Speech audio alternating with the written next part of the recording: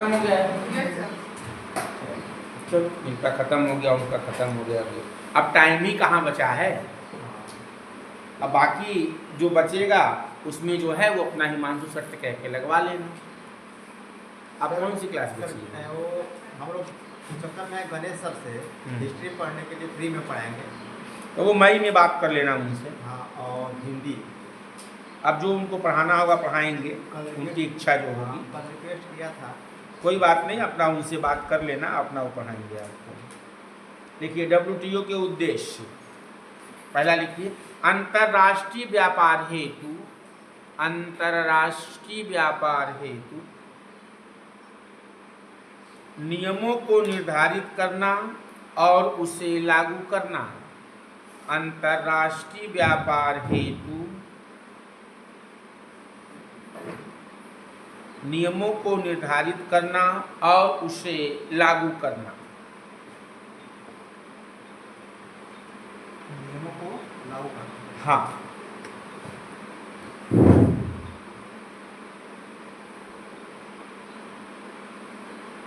दूसरा लिखिए, व्यापार उदारीकरण, अंतर्राष्ट्रीय व्यापार हेतु नियमों को निर्धारित करना और उसे लागू करना। अब तो नहीं छूटा, हो गया। अगला लिखिए, व्यापार उदारीकरण के विस्तार के लिए, व्यापार उदारीकरण के विस्तार के लिए बातचीत और निगरानी हेतु एक मंच प्रदान करना। व्यापार उदारीकरण के विस्तार के लिए बातचीत और निगरानी हेतु एक मंच प्रदान करना। अभी समझा रहे हैं कि पॉइंट पहले लिख लीजिए। दूसरा लिखिए, व्यापार विवादों का समाधान करना। तीसरा पॉइंट लिखिए, व्यापार विवादों का समाधान करना। नेक्स्ट, व्यापार विवादों का समाधान करना, लिख लिया। अगला लिखिए बेटा, निर्णय लेने की प्रक्रिया में पारदर्शिता को बढ़ाना। निर्णय लेने की प्रक्रिया में पारदर्शिता को बढ़ाना।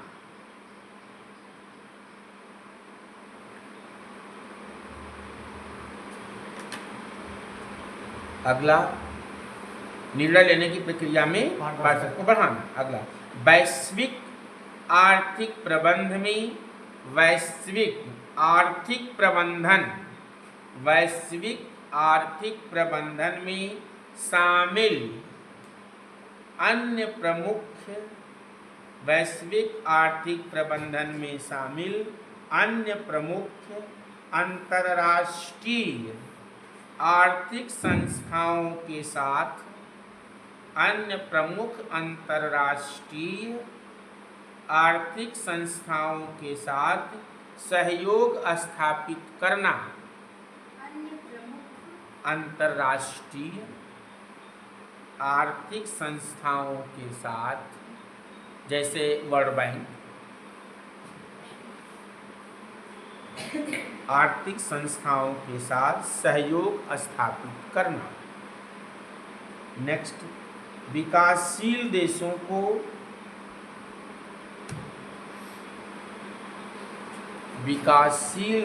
को वैश्विक व्यापार प्रणाली से, विकासशील देशों को वैश्विक व्यापार प्रणाली से पूरी तरह से लाभान्वित होने में सहयोग करना। सुन लीजिए, विकासशील देशों को वैश्विक व्यापार प्रणाली से पूरी तरह से लाभान्वित होने में सहयोग करना।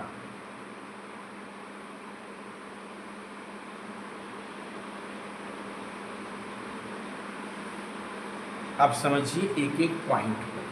पहला पॉइंट क्या लिखाया गया है? और उसे लागू करना। ठीक है, व्यापार के लिए नियमों को उदारीकरण का मतलब क्या? अच्छा, उसे दूसरा पॉइंट है अंतर्राष्ट्रीय व्यापार के लिए रूल्स एंड रेगुलेशन बनाना और उसको इम्प्लीमेंट करना। लेकिन समस्या तब आती है जब इसी में द्विपक्षीय व्यापार होता है। द्विपक्षीय व्यापार समझते हैं? जब दो देश आपस में समझौता करते हैं। अब जैसे इंडिया का द्विपक्षीय व्यापार अगर अमेरिका से होता है, बायलैटरल ट्रीटी होती है, तो अमेरिका भारत के ऊपर क्या लगा देता है? टैरिफ। तो कहीं ना कहीं वहाँ पर WTO पर क्वेश्चन मार्क लग जाता है। तो उसमें सफाई ये दी जाती है कि कोई भी दो स्वतंत्र देश आपस में ट्रेड करने के लिए क्या है? फ्री। ठीक है, तो यहाँ पर WTO की औचित्य या रेलिवेंसी पे क्वेश्चन मार्क लग जाता है कि भाई जब आप मेंबर होते हुए भी आप बाईपास काम कर ले रहे हो तो फिर होने का औचित्य ही क्या है? खैर एनीवे, कुल मिला करके वर्ल्ड लेवल पर व्यापार करने के लिए रूल्स को बनाना, नियम को बनाना और उसे इम्प्लीमेंट करना। दूसरा है नियमों का उदारीकरण। यही तो है भाई, नियमों का क्या करना है? उदारीकरण का मतलब क्या होता है? हाँ, मतलब जो नियम सख्त हैं उसको ढील देना। जैसे अगर आप WTO के मेंबर हैं तो आप ये कहिए कि हम अन्य देशों के साथ व्यापार नहीं करेंगे या अन्य देशों के माल अपने देश में नहीं बिकने देंगे, तो यह संभव नहीं है। Because you are a member of WTO। आप WTO के अगर मेंबर हैं, आपको अपना मार्केट भी खोलना पड़ेगा। जैसे हम ना चाहते हुए भी चाइना को के लिए दरवाजे खोल रखे हैं, भले ही अंदर से आप ना चाहो कि चाइना का सामान हमारे देश में ना बिके। ऐसा क्या संभव है? नहीं संभव है। आपकी इकॉनमी क्लोज्ड इकॉनमी नहीं है, ओपन इकॉनमी है। और ओपन इकॉनमी का मतलब ही होता है कि आपका बाजार पूरे विश्व के देशों के लिए क्या है? खुला हुआ है, ओपन मार्केट है। ओपन मार्केट है तो कोई भी सामान बेचेगा। और यही वजह है कि भारत में एक नहीं सैकड़ों चाइनीज़ कंपनियां भारत में काम करती हैं।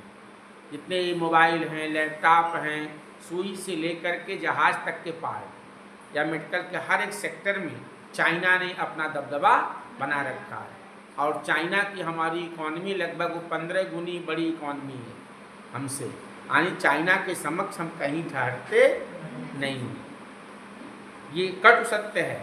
नो डाउट हमारी सरकार made in India, make in India तमाम नारे लगाए जाते हैं। बहुत समय लगेगा, हम लोग बहुत पीछे हैं। चाइना कभी जाइए, कहीं मौका मिले घूमने, देखिए चाइना में क्या चीज़ है। वहाँ की जो टेक्नोलॉजी है बहुत एडवांस है।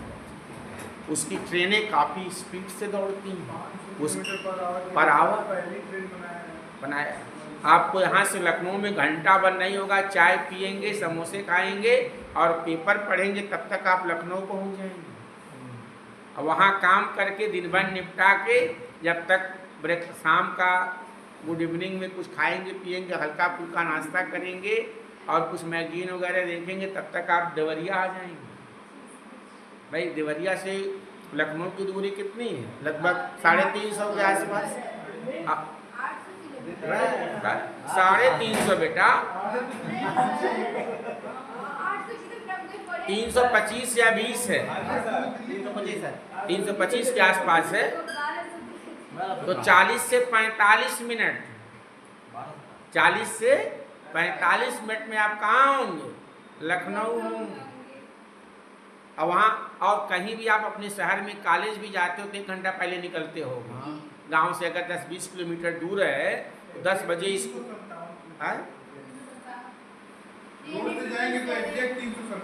ट्रेन से कम है 20-25 किलोमीटर, बाई ट्रेन कम है 10-15 किलोमीटर। भाई गोरखपुर 279 के आसपास 280 और 50-55 इधर है, तो वही 235-34 जो भी हो। हाँ, और रोड बाई रोड 350 होगा। तो आने की इतना समय कवर करने में 40 से 45 मिनट में पहुंच जाएंगे। और फायदा है कि नहीं, आपको लखनऊ अगर जॉब करते हो तो देवरिया से जॉब कर सकते हो, कोई ज़रूरत नहीं। अपने घर में खाना खाइए, भाई 10 बजे है 1-2 घंटा पहले निकलिए, वहाँ जॉब करिए, कि शाम में अपने घर। तो ये किसी टेक्नोलॉजी। समझ में आया? तो भारत चाइना बहुत। ऑलमोस्ट सारी गाड़ियाँ इलेक्ट्रिक। हाँ, अगला पॉइंट क्या है माय डियर? व्यापार विवादों का समाधान करना। हाँ, अगर कोई व्यापार को लेकर के दो नेशन के बीच कोई डिस्ट्रीब्यूट है, उसको एक मंच देना, उनके मामले को रिजॉल्व करना, उसमें एक तरह से मध्यस्थता करना, यानी किसी भी तरह से मामले को सेट ऑफ कर देना। अगला पॉइंट, निर्णय लेने की प्रक्रिया में पारदर्शिता दिखाना। हाँ, ट्रांसपेरेंसी दिखाना नियमों में, कानूनों में, कि आपके साथ कोई धोखा नहीं होगा, कोई चीटिंग नहीं होगा, जो रूल्स है फ्री एंड फेयर हैं, इसमें कोई डिस्क्रिमिनेशन नहीं है, किसी के साथ कोई भेदभाव नहीं है, एक्सेट्रा। ठीक है, कोई करप्शन नहीं है। पारदर्शिता का उद्देश्य क्या है? करप्शन को रोकना, कि कोई चीज़ हिडन ना हो, जो चीज़ें हो क्या हो, ओपन हो, सबके नॉलेज में हो। और वैश्विक आर्थिक प्रबंधन में शामिल अन्य प्रमुख अंतर्राष्ट्रीय आर्थिक समस्याओं के रूप में आर्थिक समस्या नहीं, आर्थिक प्रबंधन में संस्थाओं जैसे वर्ल्ड बैंक है, एडीबीआई विकास बैंक है, जो आर्थिक संस्थाएं हैं, अंतर्राष्ट्रीय मुद्रा संगठन है, इंटरनेशनल मॉनेटरी फंड है, तो इस तरह की जो मौद्रिक संस्थाएं हैं उनके साथ भी तालमेल बैठाना, उनके साथ सहयोग करना भी वह WTO का काम है। भाई जैसे आप व्यापार करते हो, अगर पैसा नहीं है तो किसी की संस्था से लो, तो उसके के बीच भी सामंजस्य को बैठाना या स्थापित करना किसका काम है? WTO का। और कोई पॉइंट है? विकासशील देशों को वैश्विक व्यापार प्रणाली से पूरी तरह से लाभान्वित होने में सहयोग करना। अच्छा, एक बात, चलो ठीक है, ये बात ये कह रहे हैं कि जो डेवलपिंग कंट्री है, जो विकासशील देश है, क्यों भाई?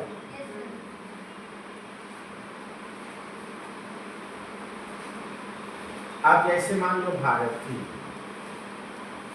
अब ये कह रहे भारत के हितों की किसी भी तरह से नुकसान नहीं होगा, जो भारत का हित है। ये बताइए, एक चीज आप लोग सुनते होंगे MNC, मल्टी नेशनल कंपनी, बहु क्या बोलते हैं हिंदी में? बहु अंतर्राष्ट्रीय कंपनी या संगठन, ये तो है MNCs।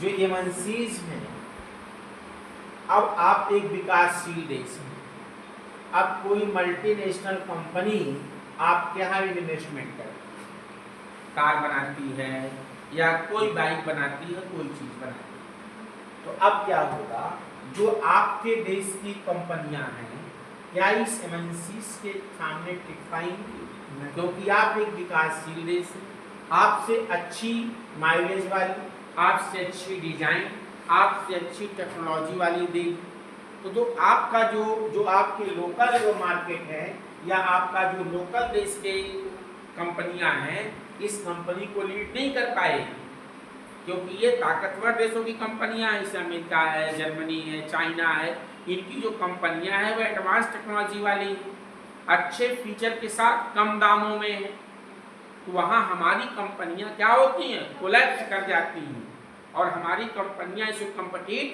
नहीं कर पाती हैं, तो हमारे हितों का संरक्षण कैसे होगा? कहना तो आसान है, लेकिन प्रैक्टिकल चीजें जस्ट इसकी उल्टी होती हैं, क्योंकि इन कंपनियों के सामने हमारी जो देश की कंपनियां हैं या विकासशील जो देशों की कंपनियां हैं वो हर माने में पीछे हैं। एक तो कैपिटल भी कम है, टेक्नोलॉजी भी कम है, ठीक है, सारी चीज़ों में पिछड़ जाते हैं। और आप आपके मार्केट में देखिए, जैसे टीवी देख लीजिए, गाड़ियाँ देख लीजिए, इसमें मोस्टली फॉरेन कंपनियाँ जो अच्छी अच्छी कार हैं, इंडियन जो कंपनी है वो भी फॉरेन की वजह से ही फेमस है। हाँ, वो टाइप कर लेते हैं, टाइप कर लेते हैं। हीरो होंडा जैसे हीरो होंडा है, मारुति सुजुकी थी, मारुति इंडिया, सुजुकी जापान की, तो Maruti Suzuki, hero Honda, hero Bharat की थी, होंडा जापान की थी, ठीक है। ऐसे ही तो क्या करते हैं, टाई अप कर लेते हैं। तो टाई अप में क्या है, नो डाउट हमारी भी कंपनियां एडवांस हो जाती हैं, लेकिन ज़्यादा बेनिफिट उन्हीं को मिलता है। तो कुल मिला करके ये कहा जाता है MNC जाएंगी तो आपके यहाँ रोजगार डेवलप होगा, इंफ्रास्ट्रक्चर डेवलप होगा, नई टेक्नोलॉजी मिलेगी, लोगों को रोजगार मिलेगा, वगैरह वगैरह, ये सारी चीज़ें हैं, ये फायदे हैं। लेकिन नुकसान क्या है, जो कंपनियां छोटी हैं, एग्जाम्पल के लिए देखिए, जब आपके यहाँ ये जो मोबाइल कंपनियां हैं, इसी में आता था यूनिनार, डोकोमो, हच, आते थे कि नहीं? एक नहीं, कम से कम छोटी मोटी मिला करके ऐसे 20-25 कंपनियां भारत में रही होंगी, अलग अलग स्टेट में, थी कि नहीं थी? आज के डेट में सब ले दे करके, जैसे जियो आया पहले इसने फ्री में दिया 100 रुपए में, 99 रुपए में 3 महीने अनलिमिटेड डेटा, दिन रात चलाओ। धीरे धीरे धीरे जो छोटी कंपनियां थी, ये कंपनियां क्या हो गई? मार्केट से बाहर हो गई। अपने टावर ओवर थी, बेच दिया किसको? जियो को। जियो ने सब कुछ खरीद लिया। और बची कितनी कंपनियां इस समय गिनी चुनी? एयरटेल, BSNL को तो भाई साहब लगता ही नहीं है। 3 कंपनियां प्राइवेट बची हैं, एक वोडा बची है और एक ये एयरटेल और अमन। बाकी कंपनियां कहाँ हो गई? मार्केट से बाहर हो गई। तो इसका ड्रॉबैक भी है कि हल्की कंपनियां सस्टेन नहीं कर पाती हैं, बहुत के दरवाजे बंद हो जाते हैं, फैक्ट्री में ताले लग जाते हैं। खैर, कुल मिलाकर के ये WTO के क्या हैं? उद्देश्य हैं। अब WTO की उपलब्धियां थोड़ा सा लिख लीजिए, खत्म हो जाएगी।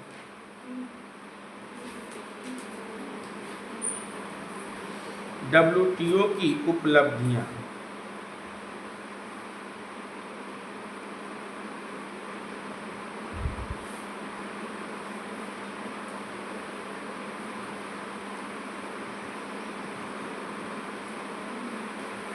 लिखिए। WTO वस्तुओं और सेवाओं के,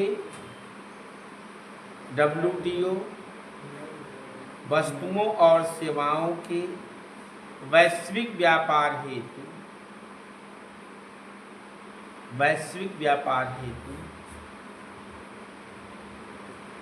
बाध्यकारी नियमों का निर्माण, वैश्विक व्यापार हेतु बाध्यकारी नियमों का निर्माण और सीमा पार व्यापार गतिविधियों को,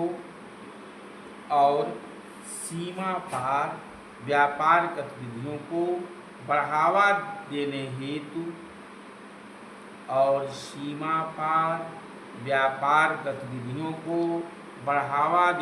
हेतु, सुविधा प्रदान करना। नेक्स्ट लिखिए। WTO ने न केवल व्यापार मूल्यों को बढ़ाया है,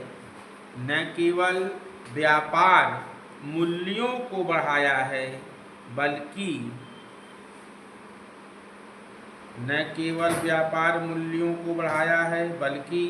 व्यापार और गैर व्यापार बाधाओं को समाप्त करने में भी मदद की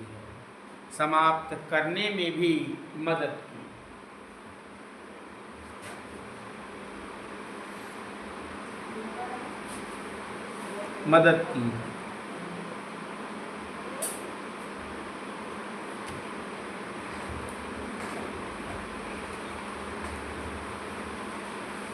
आप तो लंबा ब्रेक ले लीजिए।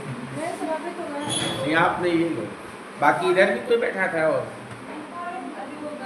अच्छा, तो चलो चल भी दिए, क्यों आ गए? सर दरअसल कॉलेज में पता है। अब लिखिए वर्ल्ड बैंक, डालिए हेडिंग विश्व बैंक। वर्ल्ड बैंक पढ़ा दे, खत्म हो गया।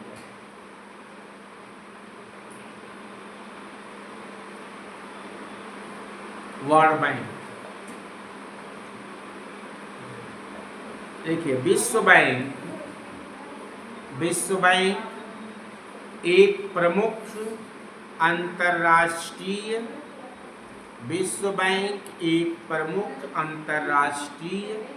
वित्तीय संस्था है। एक प्रमुख अंतर्राष्ट्रीय वित्तीय संस्था या संस्थान है, कोई बात नहीं, एक वित्तीय संस्थान या संस्था है जिसकी स्थापना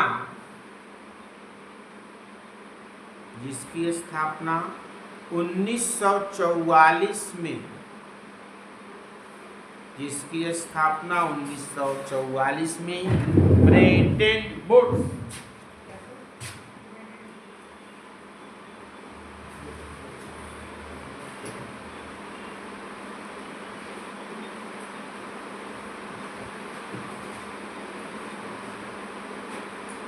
ब्रेटन वुड्स, ये जैसे जरिया है, ठीक, ब्रेटन वुड्स सम्मेलन में हुई थी,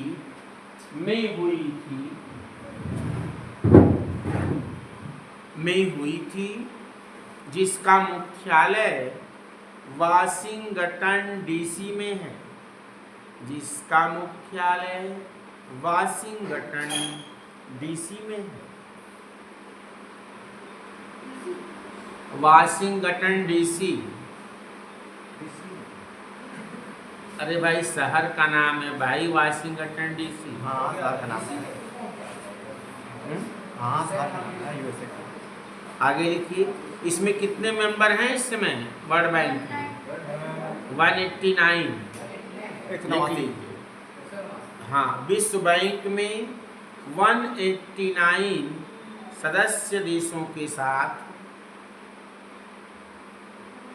189 सदस्य देशों के साथ विकासशील देश, लिखो सदस्य देश हैं, इसे लिखो 189 सदस्य देश हैं।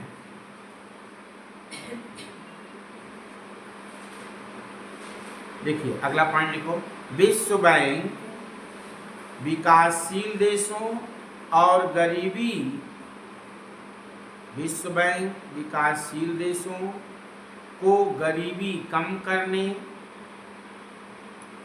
विकासशील देशों को गरीबी कम करने, कामा तकनीकी सहायता, तकनीकी सहायता और ऋण प्रदान करता है,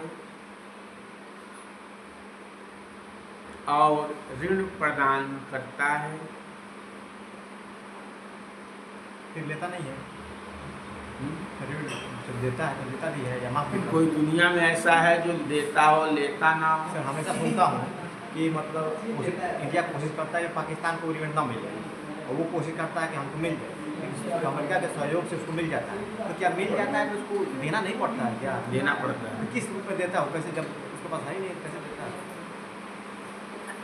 क्या आप जानते हो बैंक से लोन लेकर के दोगे नहीं, ब्याज तो चुकाओगे नहीं, लोन दोगे तो ब्याज तो 8 साल भरोगे। मतलब वो आपने इंटरेस्ट देता होगा और मूलधन छोड़ता होगा। नहीं, कुछ मूलधन भी देता है, ऐसा नहीं है। अरे चलो नहीं, ब्याज तो चुकाता है हर साल, साथ साथ कुछ मूलधन भी देता है, ऐसा नहीं। फ्री में किसी को भी बैंक पैसा नहीं देती है। आप सर मिल जाता है तो बहुत खुश होता है। हाँ, खुश होगा ही। देखो विश्व बैंक मुख्य रूप से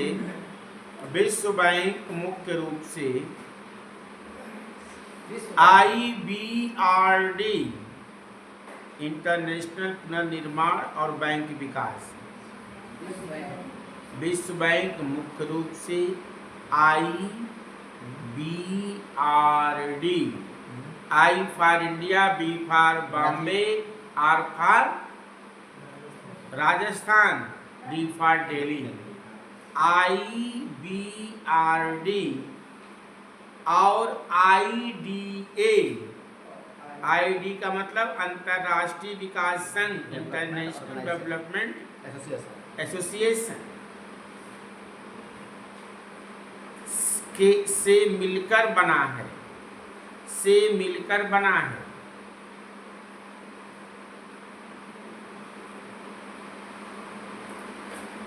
अब लिखिए, विश्व बैंक का उद्देश्य, अगला पॉइंट, विश्व बैंक का उद्देश्य गरीबी को कम करना, हाँ जी, विश्व बैंक का उद्देश्य गरीबी को कम करना और अस्थायी आर्थिक विकास के माध्यम से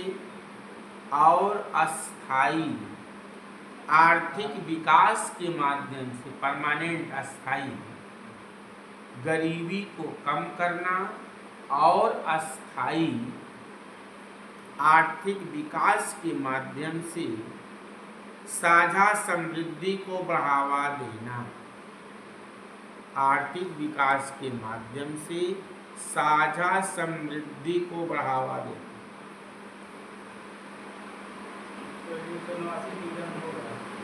हैं? क्या होगा? शामिल है। हाँ, पर्यवेक्षक देश का दर्जा चाहिए इसका। तभी तो यूएनओ इसमें इंटरफेयर कर रहा है, सदस्य है तभी तो। प्रतिबंध लगा रखा है ना उसको। हाँ, सदस्य है तभी तो। अब तो कह रहे हैं हटा देंगे, अब तो क्या कह रहे हैं, हटा देंगे। आगे लिखिए। हाँ? अब लिखिए विश्व बैंक, लिखो विश्व बैंक निम्न 5 संस्थाओं से मिलकर बना है।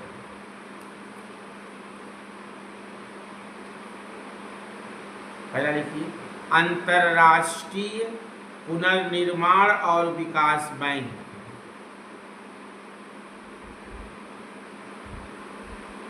अंतर्राष्ट्रीय पुनर्निर्माण और विकास बैंक, इसी को IBRD कहते हैं।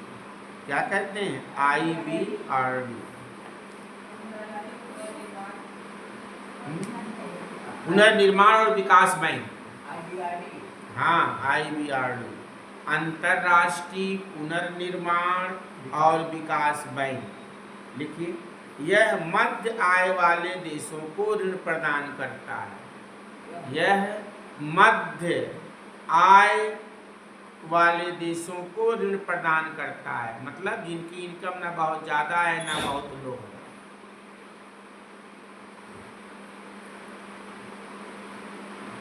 अगले लिखिए IDA, अंतर्राष्ट्रीय विकास संघ। IDA, I for India, D for Delhi, A for Allahabad. IDA, अंतर्राष्ट्रीय विकास संघ, इंटरनेशनल डेवलपमेंट एसोसिएशन। लिखो यह सबसे गरीब देशों को ब्याज मुक्त ऋण प्रदान करता है। यह सबसे गरीब देशों को ब्याज मुक्त ऋण, हो सकता है इसी में पाकिस्तान आपका आता है। हाँ, आता है। ब्याज नहीं लिया जाता है, मूलधन दे दिया जाता है। इसीलिए तो बहुत खुश होता है कि उनको मिल गया। अगला लिखिए अंतर्राष्ट्रीय वित्त निगम, IFC, इंटरनेशनल IFC। हाँ हाँ, अंतर्राष्ट्रीय वित्त निगम, इंटरनेशनल फाइनेंस कॉर्पोरेशन। ये जो ऋण प्रदान करता है, चाहे जैसे भी हो, अलग होकर इसको ऋण इतना मिलता कहाँ से? वो तो एक संस्था है। जो शेयर होल्डर देश होते हैं, हाँ, जिसके सदस्य हैं। हाँ, वो पैसा देते हैं। अमेरिका लगभग 16% शेयर अकेले उसी के पास। हाँ, जापान है, अमेरिका है, जर्मनी है, इनका शेयर ज़्यादा है। ठीक है, ये तो इसको मिलता है, वो पैसा दे रहा है, तो उसको लाभ क्या होता होगा? कुछ स्पेशली लाभ होता होगा ना, क्योंकि पैसा दे रहा है तो। भाई सब नहीं, जो बहुत गरीब है वो ब्याज नहीं देते हैं। हाँ, अब बाकी लोग आखिर जो ऊपर वाले पैसा दे रहे हैं, उन्हीं का पैसा तो दे रहा है नीचे वालों को। हाँ, तो जो दे रहे हैं वो अपना हित उसका क्या है? जो ब्याज वाला है तो ब्याज मिलेगा। हाँ। दूसरी चीज़ ये बताइए, भारत श्रीलंका को 500 करोड़ क्यों दिया था? क्योंकि पड़ोसी है, कभी भी पड़ोसी को बना के रखना। वही चीज़ वो भी है जो वर्ल्ड बैंक में जो विश्व व्यापार में दबदबा बने रहेगा। अब जैसे मान लीजिए चाइना माल बना रहा है, समझिए इसको पूरा लंबी कहानी। अगर दुनिया में परचेजिंग पावर ना हो गरीब देशों को, तो कैसे माल बिकेगा? इसको फायदा होगा, सब कमाएंगे तभी तो। फायदा एक तरह से नहीं होता है कि डायरेक्ट, फायदा इनडायरेक्ट है। अगर हम वर्ल्ड में पैसा देंगे ज़्यादा देश को डेवलप करेंगे तो उससे भी फायदा मिलेगा। जो गरीब राष्ट्र हैं वो पैसा मान लो ब्याज नहीं देंगे, बाकी जो मध्यम वाले हैं वो तो देंगे। दूसरा, जब नेशन डेवलप होगा तो हमारे माल की वहाँ डिमांड बढ़ेगी, उनकी परचेजिंग पावर बढ़ेगी, अभी तो खरीदेंगे। पावरफुल होगा तब दूसरे वर्ल्ड लेवल पे आपका सबसे बड़ा होता है, व्यापार आपका बढ़ जाएगा। आगे लिखो। इसमें IFC में आप क्या समझते हो, वो दान में पैसा दे देते हैं? यही तो बिल ऐसा कुछ नहीं। उसी का लाभ उठाता है तो फिर चर्चा होता है कि हाँ। लाभ उठा रहा है। अंतर्राष्ट्रीय वित्त निगम निजी क्षेत्र के विकास पर केंद्रित है। अंतर्राष्ट्रीय वित्त निगम निजी क्षेत्र के विकास पर केंद्रित है।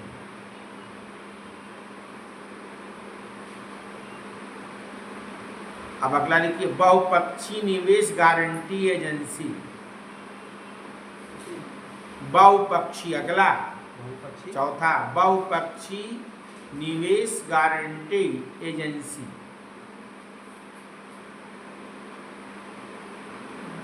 देखिए, यह संस्था राजनीतिक जोखिम बीमा प्रदान करता है। यह संस्था राजनीतिक जोखिम बीमा प्रदान करता है।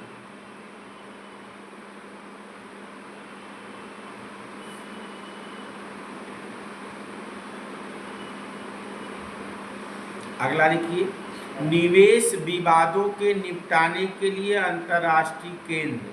निवेश विवादों, अगला हेडिंग पांचवा, निवेश विवादों के निपटारे के लिए अंतर्राष्ट्रीय केंद्र। निवेश विवादों के निपटारे के लिए अंतर्राष्ट्रीय केंद्र। भारत इसका मेंबर नहीं है। हाँ, यह निवेश संबंधी विवादों को सुलझाता है। केंद्र डैश करके लिखिए। यह संस्था निवेश संबंधी विवादों को सुलझाता है। यह संस्था निवेश संबंधी विवादों को सुलझाता है। ठीक है। तो कुल मिला करके आपका वर्ल्ड बैंक हो गया और WTO हो गया और संयुक्त राष्ट्र संघ भी हो गया। सर एक CTBT होता है। हाँ, वो फिर क्या हम लिखवाएंगे। CTBT का मतलब होता है कम्प्रहेंसिव बैंक ट्रीटी। इसमें जो न्यूक्लियर वेपन्स हैं, जो हथियार हैं, उनको आप अगर उसके CTBT पे आप साइन कर देते हैं, उसके हिसाब से तो कोई भी हाँ परमाणु हथियार नहीं बनाएंगे। आप अपने प्रोग्राम को बंद कर देंगे, उसके हिसाब से चलेंगे उसको। हाँ। लेकिन इसमें दिक्कत ये है कि जो परमाणु संपन्न देश हैं, उन्होंने तो अपना एटॉमिक हथियार बना लिया है, हाइड्रोजन बम, परमाणु बम बना लिया है। हम मान लो, जैसे मान लो ईरान को ही ले लो। ईरान मान लो आज के डेट में नहीं बनाया है, कोशिश कर रहा है। चलो, जैसा कि दुनिया कह रही है, अमेरिका कह रहा कि वो कोशिश कर रहा था लेकिन कर नहीं रहा था, या मान लेते हैं कोशिश ही कर रहा था। तो अब CTBT के अकॉर्डिंग वो हथियार ना बनाए, साइन कर दे, हथियार ना बनाए।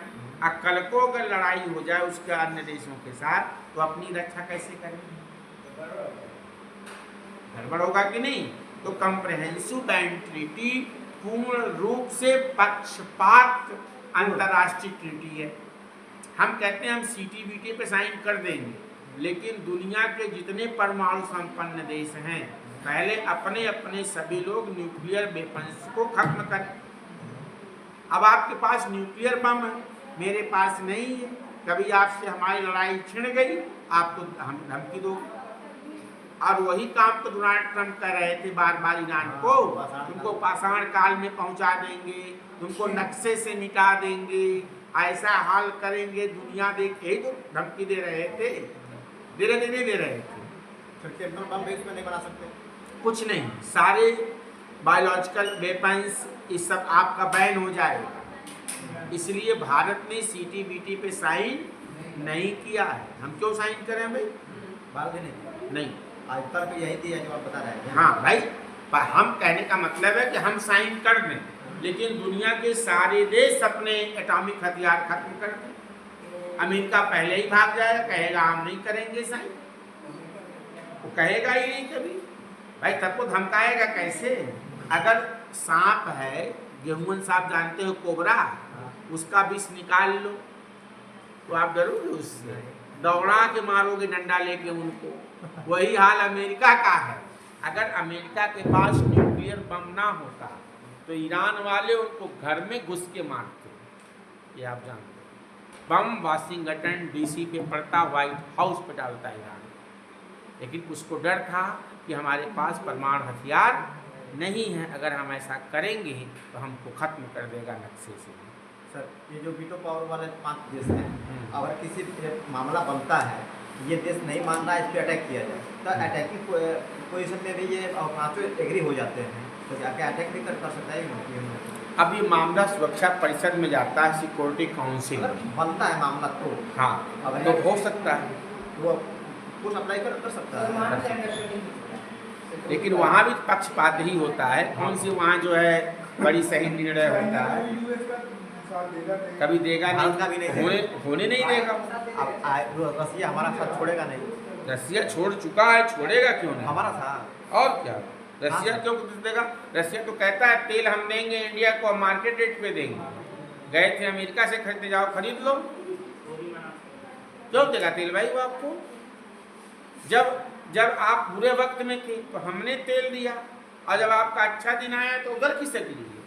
आप दुकान पे सब्जी बेचने वाला है, जाओ, क्या कितने रुपये किलो? कहा 5 रुपया। बगल वाला कहा 10 रुपया, फिर जाओगे तो कहेगा 7 रुपये किलो देंगे आपको, 5 में देता, आपने तो नहीं लिया।